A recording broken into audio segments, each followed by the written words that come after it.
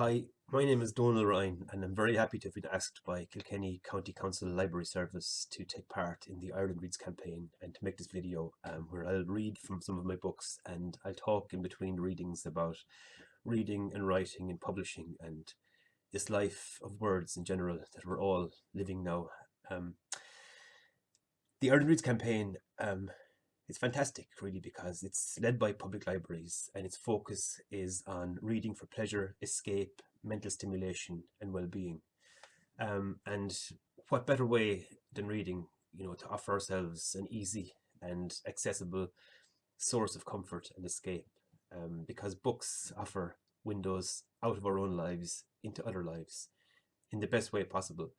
I think it was Caitlin Moore who said not too long ago that if you read 50 books, you've lived 50 lives, because the book generally will contain the sum of the author's knowledge in that moment and will be a kind of sum of their experience of life, regardless of what the book is about. And that's a great thing. And it's always lovely to be asked to do anything by a library, and Godspeed, the reopening of libraries.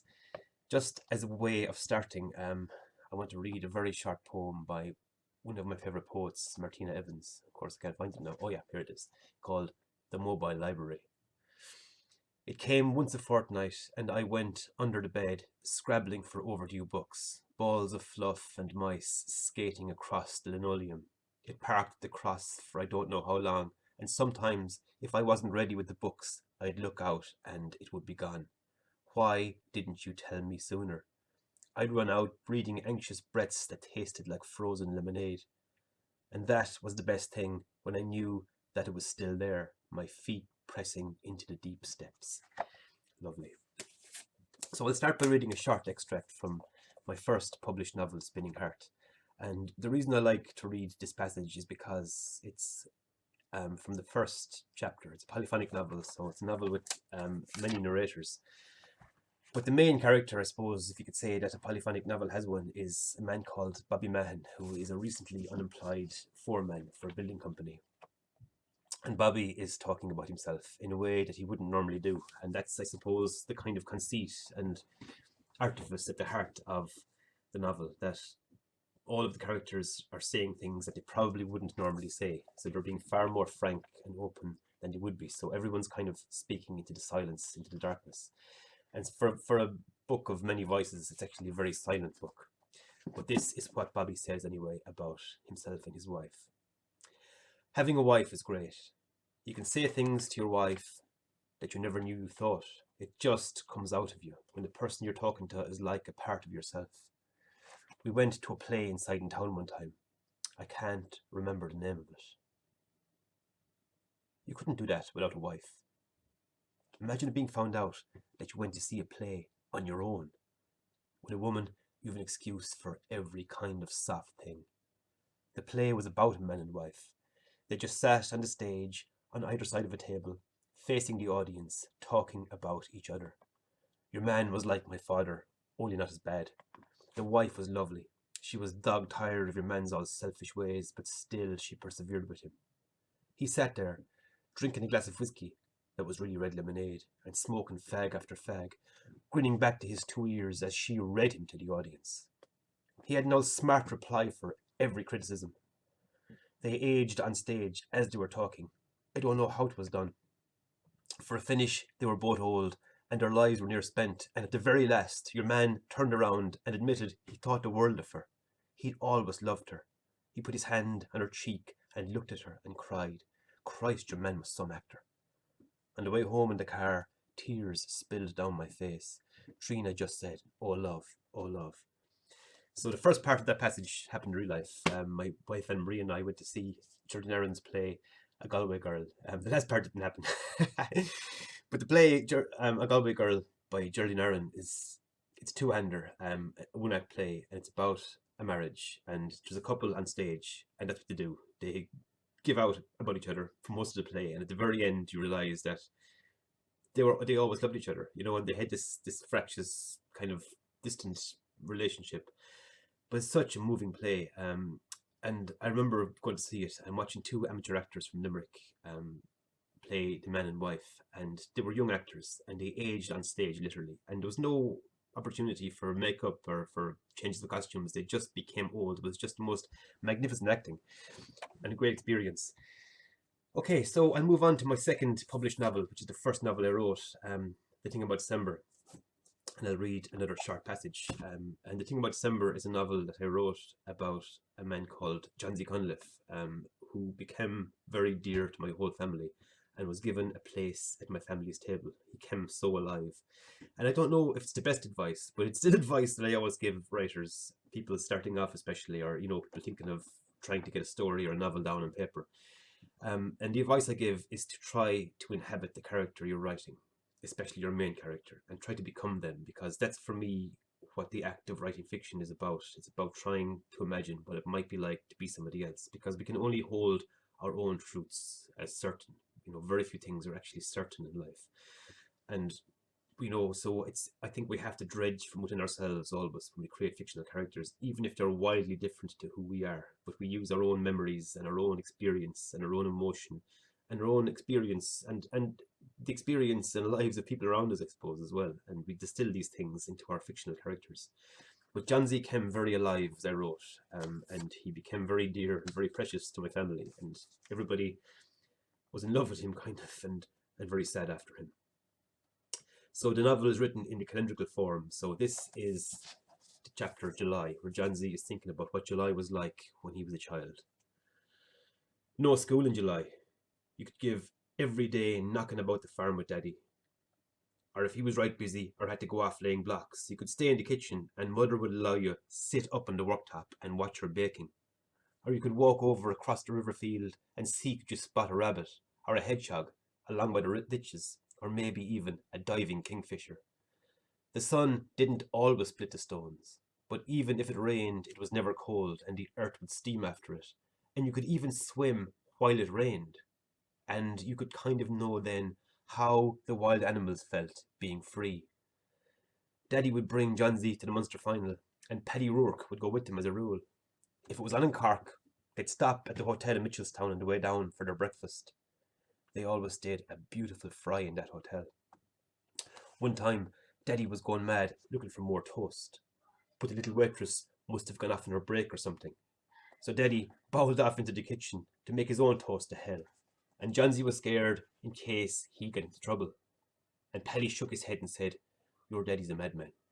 And a few minutes later, he came running back out with a big plate of toast and load more rashers, and one behind him waving a wooden spoon. Maria, she was awful cross with him, but she was laughing, and Paddy and Johnsy roared laughing too, and there were a few more there with tip jerseys on, and they all cheered, and it was a pure howl. The pecker Dunn would always be busking below, outside the stadium, with a big pile of wild-looking children, and Daddy was mad about him, and he'd always put money in their box and salute the pecker, and the pecker would salute him back, and 'twasn't everyone got a salute of the legendary Pecker Dunn, and Johnsy would be pure proud. If they bet Cork in the Munster final, Daddy would be as high as a kite on the way home. He'd be shouting, "Whoa, boys, we've Cork bet the hay saved. Now we've a proper summer." It's easy to be happy in July. So that's poor old Johnsy, who I still see in my mind and my heart as a friend, and someone very dear. And that happens, I suppose, a lot. I wrote a story once called Tamiya Moon, and it was a story that was commissioned by the BBC for BBC 4. And Tamiya Moon I wrote very quickly, and it's one of the very few stories I've written in my life that I'm really happy with. Because it's kind of hard to say you're very happy with something that you've created. You'll always look back with regret, and you'll always look back and say, "I should have done it slightly differently." But Tamiya Moon just came out exactly the way I intended in the first moment. And I wrote it very quickly one evening at the kitchen table. And I based the character of Tommy on an uncle of my wife's, Stan Murphy, who was a really, really gentle and attuned person. He loved nature, and he loved reading and learning, and he lived this very deep life of the mind, but he was a very quiet man. And Dan would head off down the fields, and he'd draw pictures of rabbits and birds and creatures that he could see in the hedgerows and in the fields. And it's not like Dan kept this a secret, but it wasn't hidden away. It's just something that he did that was private to him. And after Dan passed away, God rest him, his sisters, my mother-in-law and her sisters, went into his bedroom, and they opened a chest, a huge chest that was completely filled with books and encyclopedias and pictures, and it just seemed like the sum of Dan's lovely life of learning and of reading. Anyway, so the story is called Tamiya Moon, and this is in the middle of it. He kept a hawk once that he'd found by a river on the edge of death. The wrist of its wing was too pronounced, and there were balls of light shot in the mantle of it. He straightened and set the wrist of the hawk's wing with an elastic band and a strip of cardboard, and plucked the shot out with tweezers, and fed it bits of raw chicken, and sat still and silent for days and nights with the hawk perched on his hand. The arm of an old coat he'd fashioned and sewed and used on his hand in place of the leather glove used by professionals. He tamed it by instinct, and by echoes of memories of things told to him in childhood. He knew to be still, to hood the bird between meals, so it would associate the sight of him with food, to gradually show the bird the world, perched all the while on his hand. He flew the hawk free when it had the full of its health back, and his heart thumped until it looped around against the sun and swooped back to him. It lived with him for 7 years in the back kitchen on a stout perch he'd made from boughs of oak, where it would meet his eyes sometimes and hold them and tell him in its dark silence all the things about the world that could be known by a bird of prey, and tell him that it loved him, pure and perfect. And if you want to hear a really sublime reading of that story, a friend of mine, the actor Liam O'Brien, read it for BBC, and he just did the most amazing job in it. And actually, when I heard the recording with Liam reading it, it was a strange feeling. I felt jealous. I felt as though the story almost had two-timed me. It was the weirdest feeling, but I was very proud to have such a beautiful reading by a great actor. So what came after that? Oh yeah, All We Shall Know, a book about a character called Melody She, a character I really loved actually. And it's always strange because you can't be prescriptive. You can't say to an audience or to a reader, this is how you should see the character I've created. This is how you should read the book. Because I love Melody. I thought she was fantastic because she's just so searingly honest and self-aware, and she's just so, she just doesn't take any shit basically. And she has done awful things. I suppose, we've all made mistakes in the past, and she is aware of her mistakes and she's aware of her failings, and she is just one of my favorite characters I've ever created actually. But she was almost universally detested by everybody.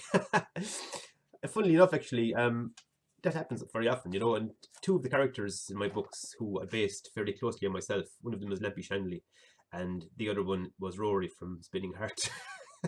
People didn't like either, which is a bit worrying. But look, what can you do? Anyway, so the book All We Shall Know is written as kind of a diary, and the diary corresponds with the weeks of Melody's pregnancy. She's pregnant by a young man with whom she had an affair. So this is week 25 of Melody's pregnancy, and her husband Pat, from whom she separated, has come to the door, and they've had a very bad row recently. Pat came to the door yesterday just as the light was starting to fade. "Hello," I said, in an unintentionally interrogatory tone. Actually, she probably would have said, "Hello," I said, in an unintentionally interrogatory tone, like a telephone greeting, like I didn't know him. He stood, hunched and stooped and streelish, and his arms hung long by his sides. He looked older and had lost weight, and his hair seemed thinner on top. Long seconds passed until he said, "Sorry, Melody. Sorry. I shouldn't have said I'd kill you." And I replied, "Shouldn't have." Confusion flashed in his eyes, then recognition of that old, familiar correcting, my bitch reflex working unbidden. He reddened still more. His face shone, and I wished I had razors for teeth to cleanly slice from me my wicked tongue. I knew he didn't know what to do with his hands, so, unthinking, I took one in mine. He opened his mouth in shock at my sudden gesture of tenderness, or to speak, I don't know, but no words came, so I just said, "It's okay." So that's Melody and Pat, post-row, and, terrible cruelties, I suppose, are inflicted in that book, one on the other. And Melody is very, very open about it all.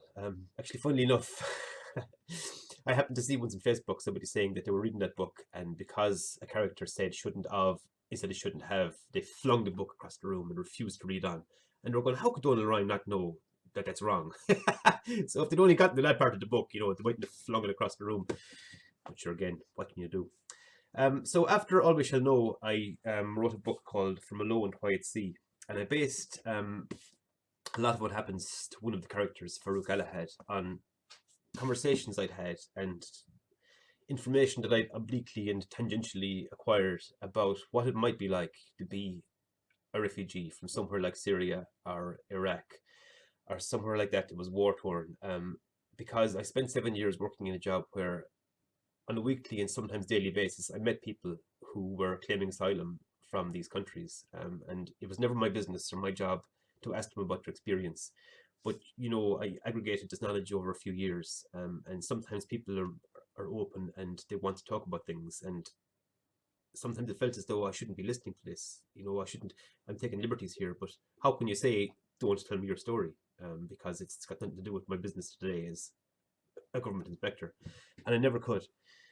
And I based the mechanics of the story of Farouk Galahad on a story I read in the Guardian newspaper about a man, a neurosurgeon from a Syrian city, who left on a boat, and he'd paid a huge amount of money to traffickers to get him and his wife and daughter onto a boat. And these human traffickers took money off of all of the passengers and they locked them. They locked their brothers and sisters into the whole of the boat. And then they locked some kind of GPS system to the wheel of the boat and sent it unmanned, uncrewed into the sea. And bad weather struck, the ship went down. The doctor managed to get out of the hold, and his wife and daughter were drowned, as were many of the other passengers. And this was reported in a newspaper, you know, as reportage. So it was fairly stark and perfunctory, the facts of the case. And it just, I felt so helpless in that moment reading it, thinking, you know, this is happening not far from where I am right now to my fellow humans. What can I do about it? And what can I do as a writer except write about it? And so I felt a kind of impulse to illuminate it somehow in fiction, because, you know, sometimes I think in fiction we can get closer to the truth of things than we can anywhere else. So this is the very start of the book, and Farouk at this part of the book is addressing his daughter, Amira. Let me tell you something about trees. They speak to each other. Just think what they must say. What could a tree have to say to a tree? Lots and lots. I bet they could talk forever. Some of them live for centuries. The things they must see, that must happen around them, the things they must hear. They speak to each other through tunnels that extend from their roots, opened in the earth by fungus, sending their messages cell by cell with a patience that could only be possessed by a living thing that cannot move. It would be like me telling you a story by saying one word each day. At breakfast I would say it, the word of the story. Then I'd kiss you and I'd go to work and you'd go to school, and all you'd have of the story is that single word each day, and I would give no more until the next day, no matter how you begged. You'll have to have the patience of a tree, I'd say. Can you imagine how that would be? If a tree is starving, its neighbours will send it food. No one really knows how this can be, but it is. Nutrients will travel in a tunnel made of fungus from the roots of a healthy tree to its starving neighbour, even one of a different species. Trees live, like you and me, long lives, and they know things. They know the rule, the only one that's real and must be kept. What's the rule? You know, I've told you lots and lots of times before. Be kind. Now sleep, my love, tomorrow will be long. And so From a Low and Quiet Sea continues on with Farouk's story and the story of his wife and daughter, and it tells the story of two other men, Lampy Shanley, who I spoke about a while ago, and John, who I don't think actually has a surname in the book, bizarrely. And at the end, these three stories dovetail, and the three men meet in a certain situation. And I saw the scene, I saw the closing scene of that book before I started writing the book, in Limerick City, and I saw three men standing behind an ambulance, and I got a strange sense of something that had happened, and no one seemed too traumatized actually in that moment, but I just got this strange feeling that something terminal had happened. I suppose the ambulance was not quite a giveaway, but an indicator for that. But the closing scene of that book just formed itself completely in my head before I even had much of an idea who the characters were or what their stories would be. And so I worked backwards for that book from that very, very clear closing scene and constructed these three men's lives around it. And that's a thing that often happens, I think. Kevin Barry once said to me, stories are just kind of lying around waiting for us to find them, to stumble upon them. And I guess it's a thing that there is literally an infinity of stories. There is any number of stories we can tell. And there's any number of ways we can tell a story.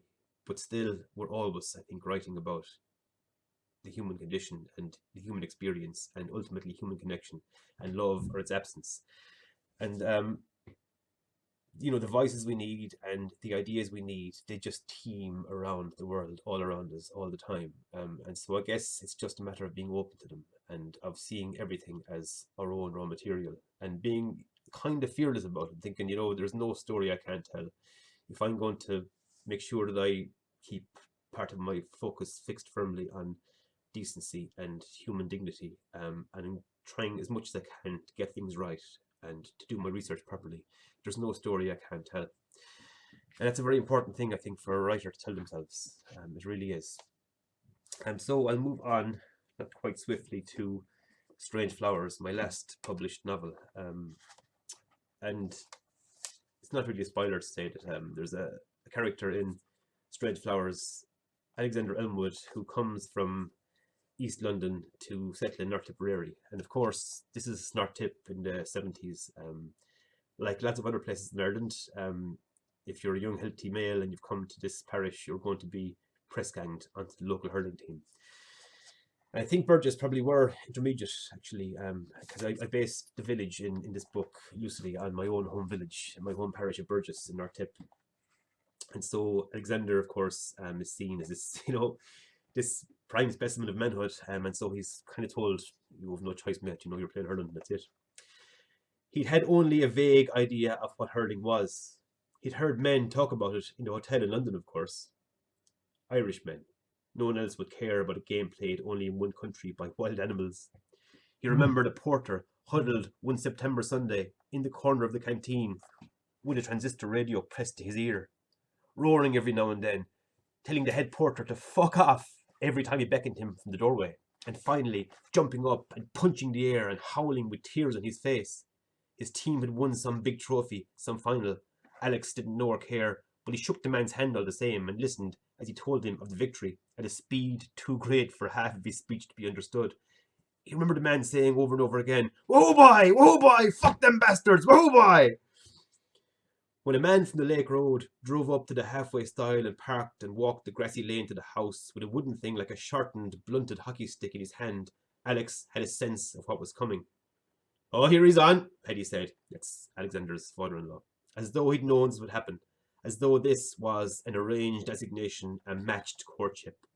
The man said, "God bless the work," and whistled at the waist-high walls of the extension they were building at the back of the cottage. And Alex and Paddy straightened fully from their labour, and the man leant himself against the corner of the old wall and held his weapon before him. "Do you know what this is, Alex?" "Of course he does," Paddy said quickly, as if to save his son-in-law from embarrassment. "Why wouldn't he know what a hurley is? Lord save us, isn't he here long enough?" His star rose rapidly then, and blazed through that narrow firmament. The club wasn't senior. They needed to win an intermediate championship to be promoted to the top level. The man from the Lake Road was called Connie, and he drilled him every evening for an hour.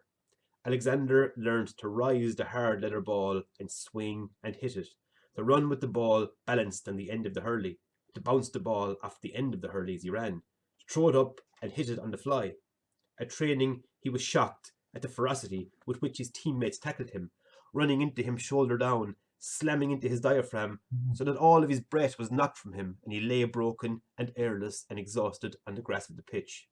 Connie looked down at him and turned to the team and blew his whistle so that they'd stop and listen to him. "Jesus Christ, lads, will ye fucking hit him harder in the name of fuck and toughen him up a bit, or the two boys will fucking kill him." And night after night, this went on, and dozens of people came from across the fields and up from the village most evenings to Kilkenny, to stand on the sideline and watch Paddy Gladney's black son-in-law be savaged like a Spartan recruit, like a prisoner of war, like a condemned man in an amphitheatre, tormented by lions and wolves. Lord, the spectacle of it! Who'd believe it? 'Twas the kind of thing that would do a heart good. So it's poor Alex and his experience of being co-opted onto the hurling team in Urtip, having been brought up in East London by Jamaican parents. And he's another character that really was in my heart. And I based his voice and his personality on people I knew myself. And things that were very close to me. And I based some of the situations on situations with which I was very familiar. And again, was struck by the amount of presumptions made about me as a person and my family and my life by people who reviewed the book, and people kind of saying, what right is he to tell the story? And again, I have to go back to my earlier comment about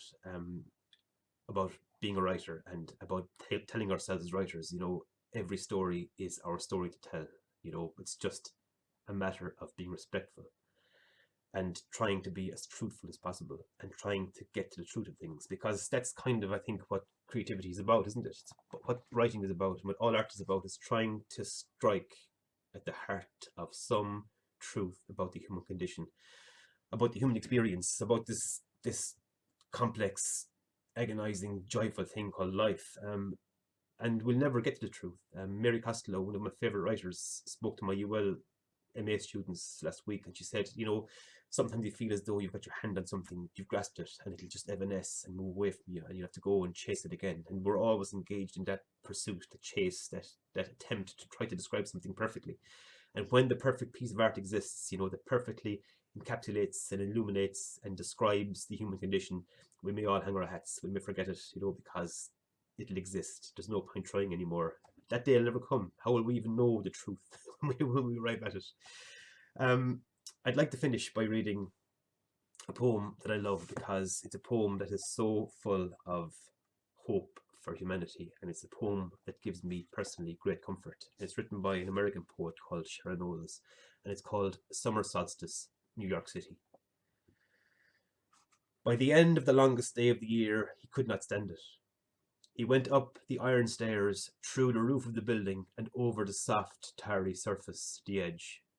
Put one leg over the complex green tin cornice and said, if they came a step closer, that was it.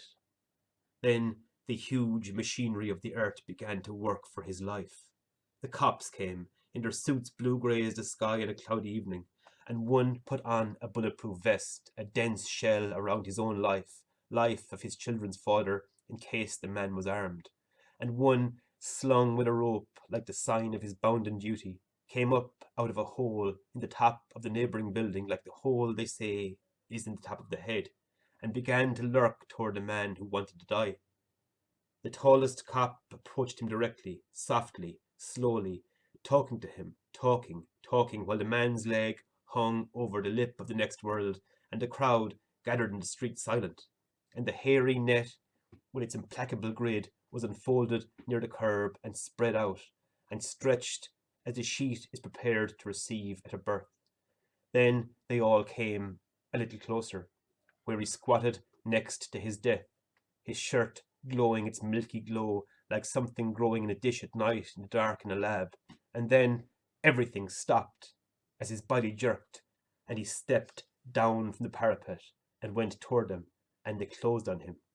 I thought they were going to beat him up, as a mother whose child has been lost might scream at the child when it's found.